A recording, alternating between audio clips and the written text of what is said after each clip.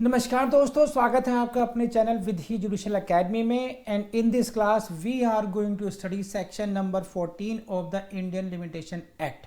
Let's start the class now. Please see the section 14 now. Very important. Again you see in this section, whether it is section 14, 15, 16, 17, these are very lengthy. Every section is having 4-5 subsections. So that seems to be very irritating sometimes. Let's start with the section 14. Very important. Again, prelims, mains, and note for interview. I don't think they will ask a question in interview. Although there is no bar, but even then, जैसे section 11 की importance है, ऐसे 14 की interview के लिए नहीं है कम से कम. तो prelims, mains के लिए importance है, समझ लीजिए क्या है. और mains में क्या पूछेंगे बार बार मैं बता रहा हूँ आपको. They can give you the problem.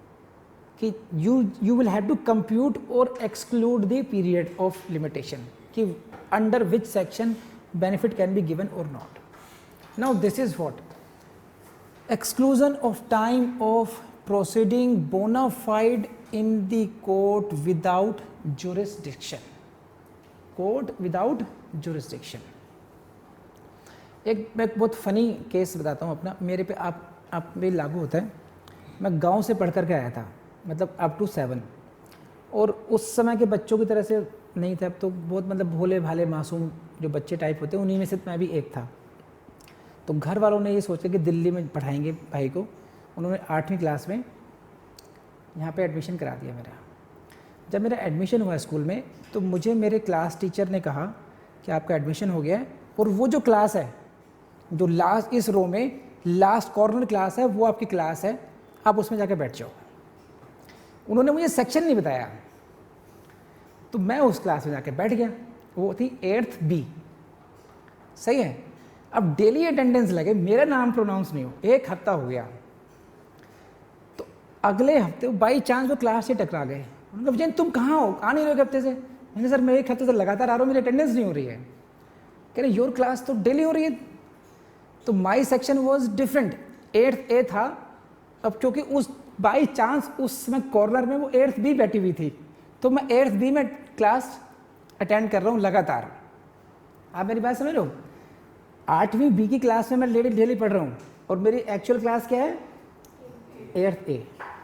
तो अब मेरी अटेंडेंस सेट ऑफ होनी चाहिए नहीं होनी चाहिए. क्यों? Because I was attending the classes in a bona fide way without any malafide on my part, okay, and that although in a wrong class. So sometimes it may happen with a plaintiff or also with the parties of the court. They may be pursuing their course, their suit or proceedings in a court, in a wrong court, in a court which is not having jurisdiction for that. So what should happen in that case? Section 14 is the answer to that. Got it or not? मेरे तो समझ गए होंगे बिल्कुल पूरा bonafide था sir, actual मिल गया आज तो. हाँ. So this what it says in computing the period of limitation. In computing the period of limitation for any suit. सही है क्या? For any suit. तो please highlight this. For any suit. The time during which the plaintiff has been prosecuting with due diligence, please highlight this, due diligence.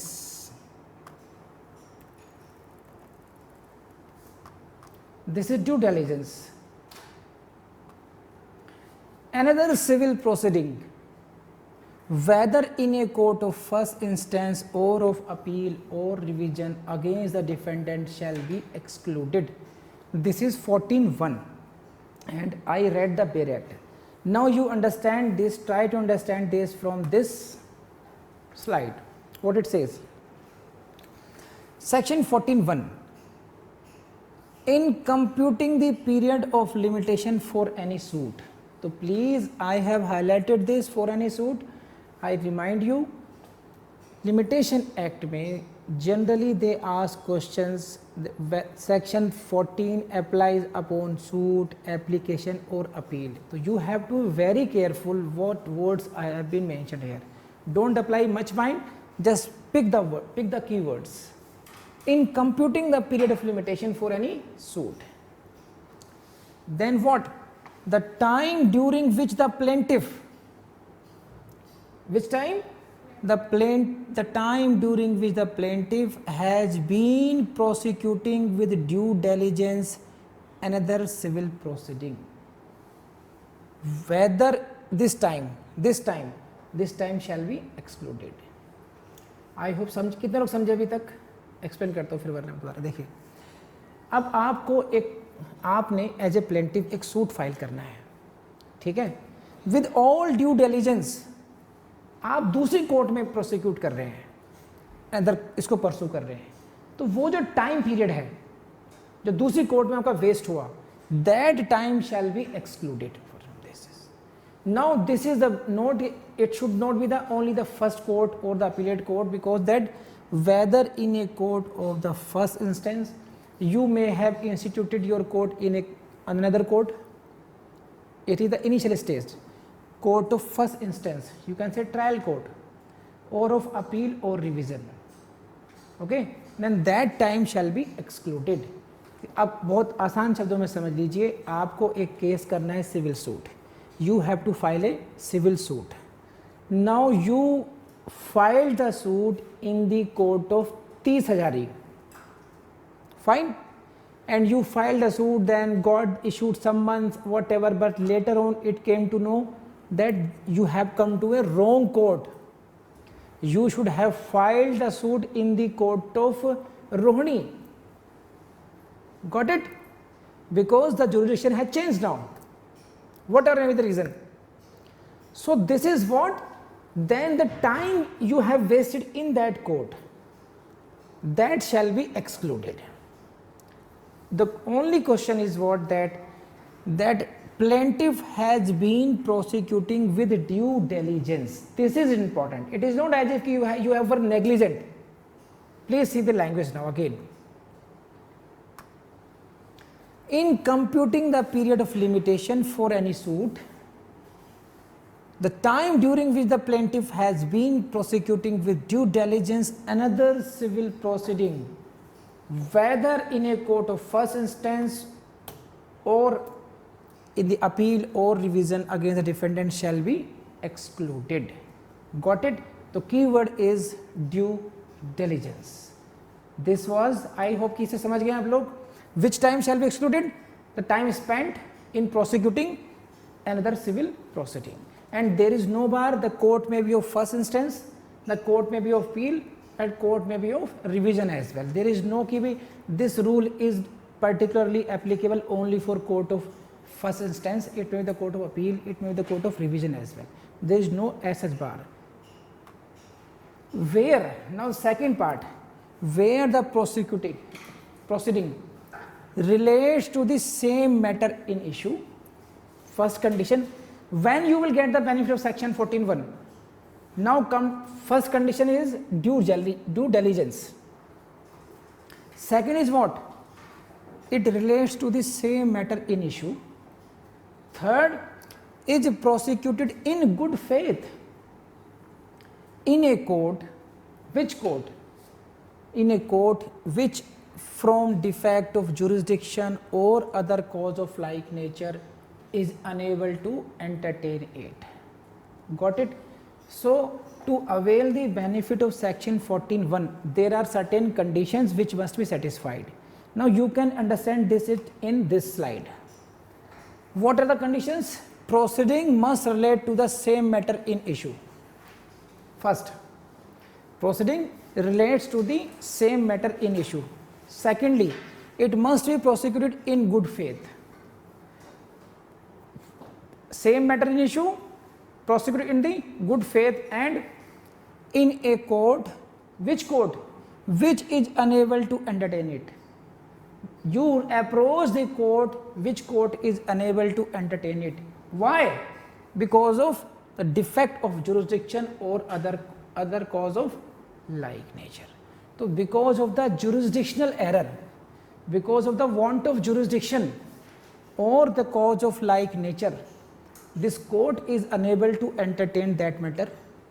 But you have been prosecuting with due diligence that civil proceeding in that court, Therefore, if it is so, if the court is satisfied that you were acting in good faith, got it? The matter was the same in issue, then that time period can be excluded from this. I hope it is very clear to you. So this is what you will keep in mind: defect of jurisdiction or other cause of like nature. These are the keywords you will have to keep in mind. That he was prosecuted, proceeding was prosecuted in good faith, it is also, and proceedings relates to the same matter in issue. These are the keywords which you should keep in mind. So this is all about section 14(1), and we will have to explain another in next class now. So this is all about. Thank you. So let's start with the section 14 clause 3. Right now you have confusion over this, so let's do it again. Section 14(3), section 14 clause 3 limitation act. It says what? Notwithstanding anything contained in rule 2 of the order 23 of the CPC. So please try to understand what do you mean by these two lines first. Notwithstanding anything contained in rule 2 of order 23 of the CPC. Now you to understand this, please see this slide for the order 23. First of all, you must have the very good understanding of order 23, only then you can understand this section 14 clause 3. क्या कहता है? Order 23 of the CPC deals with what? Withdrawal and the adjustment of suits. Withdrawal and adjustment of the suits. Rule 1 says what? Withdrawal of suit or abandonment of part claim. Now the rule 1 का part 3rd है. The part 3rd of this rule 1 is relevant for you. For this purpose, rule 1, order 23, rule 1 part 3rd is relevant for you, and it says what?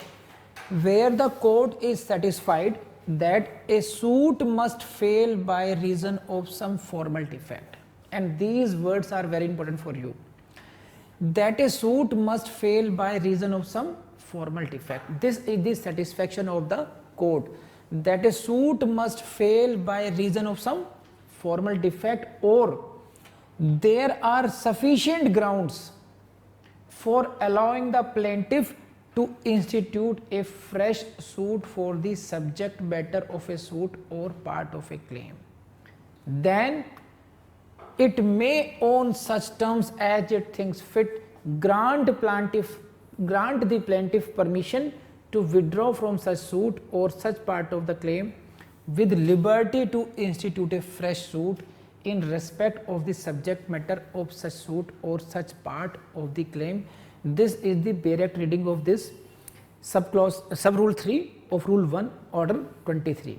What it says कि this इस slide समझिए आप लोग कि if this is the satisfaction of the court, what is satisfaction? That a suit must fail by reason of some formal defect. Court is of the opinion that the suit which has been brought before it, जो suit जो वाद court के सामने है वो किसी formal defect की वजह से फेल हो जाएगा. It will be dismissed because of formal defect. Fine. Either this is और there are sufficient grounds for allowing the plaintiff to institute a fresh suit. Apart from this, there is no formal defect. There is no formal defect at all, but there are sufficient grounds because of which this plaintiff should be allowed to institute a fresh suit. These are either this is or this is. In that case, if the court is satisfied for this, what the court can do? Court can do this: grant the plaintiff permission to withdraw from such suit, कि you can withdraw this suit, and with liberty to institute a fresh suit in respect of subject matter of such suit. Got it or not? So if the court is, आम भाषा में कहा जाए कि अगर court को ये विश्वास हो जाए, संतुष्टि हो जाए, समाधान हो जाए कि ये जो वाद मेरे सामने लाया गया, कोर्ट के सामने लाया गया, it must fail because of formal defect और देयर आर अदर ग्राउंड्स, तो court can permit you as a plaintiff कि you can withdraw this suit and you can institute fresh suit. आप दोबारा फ्रेश सूट लेकर आ जाइए, कोई दिक्कत नहीं इसमें. समझ में आ गई बात आपको? तो basically section rule 1(3) permits the plaintiff to bring a fresh suit with the permission of the court, and court can permit when there is a formal defect or any other sufficient ground. I hope it is clear to you. अगर ये समझ में आ गया तो please raise hand. Now you can bring, as a plaintiff you can bring a fresh suit now. Now come to the rule 2. Rule 2 has been mentioned in section 14(3). Limitation act के rule 3 में इसी का mention है ना 14(3) में. तो what do you mean by the rule 2? In any fresh suit, अब जो प्लेंटिफ फ्रेश सूट लेकर आया उसकी बात कर रहे हैं हम. ये this is about the fresh suit which has been instituted on permission granted under the last preceding rule, यानी कि rule 1(3). This is a fresh suit instituted on the basis of the permission granted by the court under rule 1. Got it? The plaintiff shall be bound by the limitation act, law of limitation, in the same manner as if the first suit had not been instituted. जैसे कि पहला suit लाया ही नहीं गया था, limitation law shall apply in the fresh suit like manner. अब इसको ऐसे उदाहरण के रूप इस स्लाइड में समझ सकते हैं. अभी देखिए, permission granted under rule 1 to fresh suit instituted. Under rule 1 court permitted you to file a fresh suit and you instituted that suit. Now the plaintiff shall be bound by the law of limitation. How? In the same manner as if the first suit had not been instituted.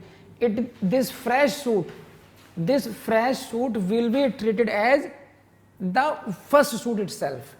You will have to delete from your memory the earlier suit which has been withdrawn by you according to rule 2. समझ में आई बात आपको? ऐसे समझ लीजिए कि एक suit आप लेकर आए जनवरी में, जनवरी 2019 में आप एक सूट लेकर आए and court allowed you to withdraw that suit and also permitted you to bring a fresh suit. Now you are bringing the fresh suit in the month of April 2019. Now ये जो second suit है आपका 2019 अप्रैल वाला, this suit limitation law will be applicable on this fresh suit as if you have never filed any suit before that. So your suit filed in the January is of no use for the purpose of limitation according to rule 2 limitation act. I hope it is clear to you now. अगर ये बात समझ में आ गई तो बताइए. Raise hand. हो गया? तो with this background you will have to understand what the section 14 clause 3 says to you. Now come to 14(3).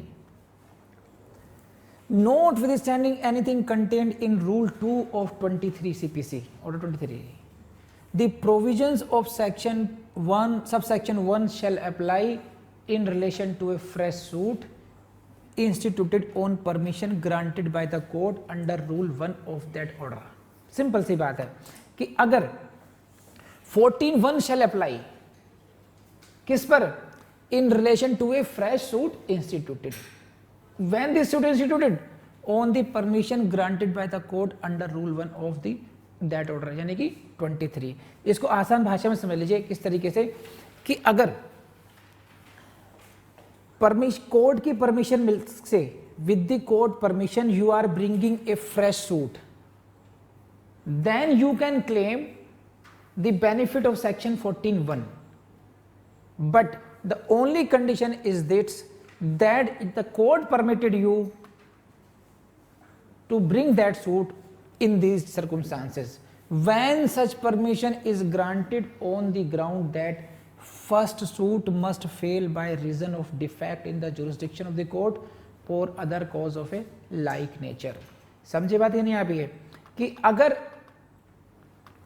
इस ग्राउंड की वजह से होगा, सी 40 इसमें ये जो ऑर्डर 23 था इसमें आपने ये देखा था,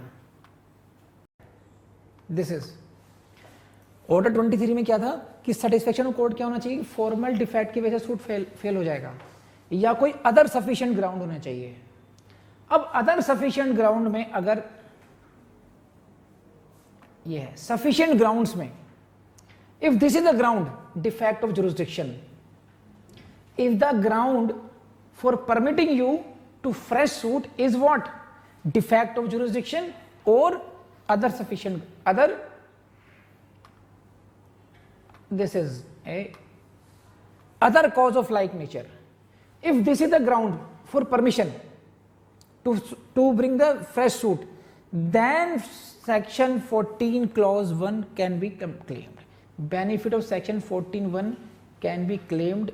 This is it means what, बहुत आसान शब्दों में समझिए, एक वन लाइनर समझना अगर आपको, तो कि अगर आप फ्रेश सूट आपको लाने की परमिशन मिली है, किस ग्राउंड पर, इस ग्राउंड पर कि first suit must fail by reason of defect in the jurisdiction of the court, jurisdiction की want of jurisdiction, defect in jurisdiction और other cause of like nature, इस ग्राउंड पर अगर आपको परमिशन मिली है.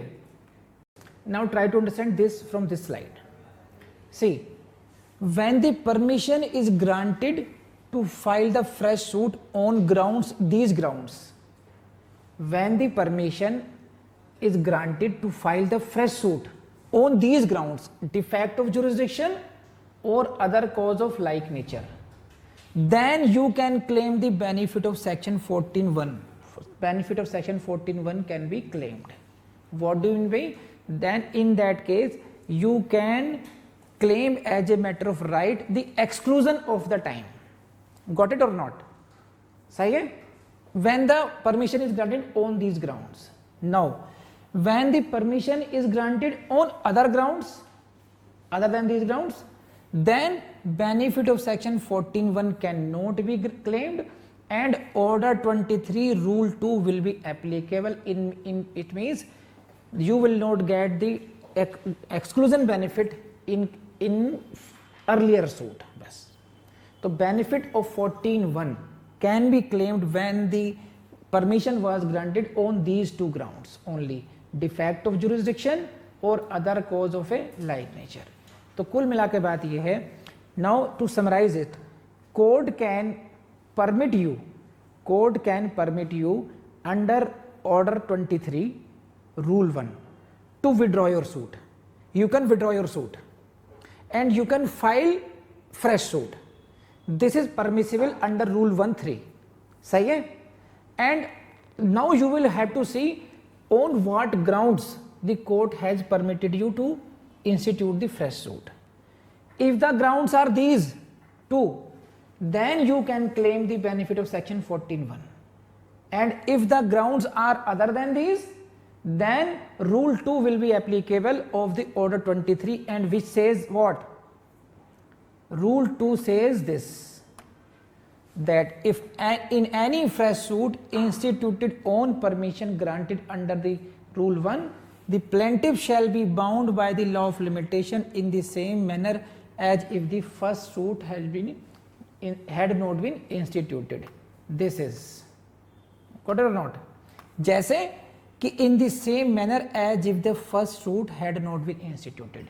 In that case, when the rule 2 applies, then whatever time you have spent in the earlier suit, that time is not excluded. जो fresh suit भी ला रहे हो, that should be within the limitation as per the limitation law. जो second suit आप लेकर आ रहे हो, अगर ये बात समझ में आ गई तो प्लीज रेज हैंड नाउ. सही है? तो this is all about section 14 clause 3. तो दोस्तों क्लास आपको पसंद आई होगी एंड मुझसे कई बार स्टूडेंट ये पूछते हैं कि मेंस की तैयारी कैसे करें. तो देखिए सबसे पहले टिप मेंस की तैयारी के लिए ये है कि आपको आपका जो पैटर्न है एग्ज़ाम की प्रिपरेशन का मेंस का, इस बात पर डिपेंड करेगा कि आप कौन से स्टेट का मेंस एग्ज़ाम देने जा रहे हैं. आप कौन से स्टेट का मेंस एग्ज़ाम देने जा रहे हैं, whether it is the Delhi judiciary और हरियाणा और हिमाचल, यूपी, उत्तराखंड, बिहार, एमपी. इनके प्रीवियस ईयर्स के क्वेश्चन पेपर देख करके उनके पैटर्न को समझ करके ही आपको तैयारी करनी चाहिए. तो पहला बेसिक काम आपको यही है कि try to understand the pattern of the previous years question papers. ठीक है, थैंक यू वेरी मच.